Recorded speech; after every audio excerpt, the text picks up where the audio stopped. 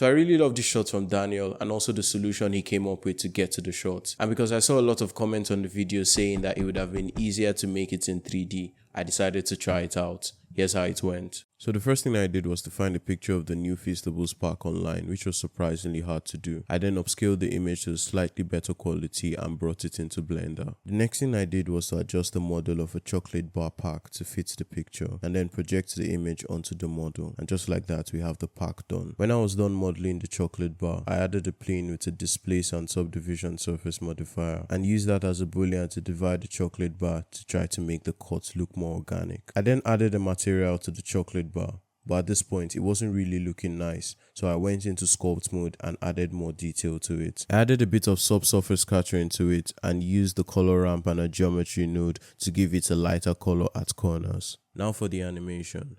Using Daniel's video as reference, I animated the full chocolate bar and then parented the split version to it, added the split animation and brought in some lights and rendered each version separately. Finally, I brought the image sequence into After Effects, made the text animation, and brought in light leaks and grunge overlays. And when I put everything together, this was the final result.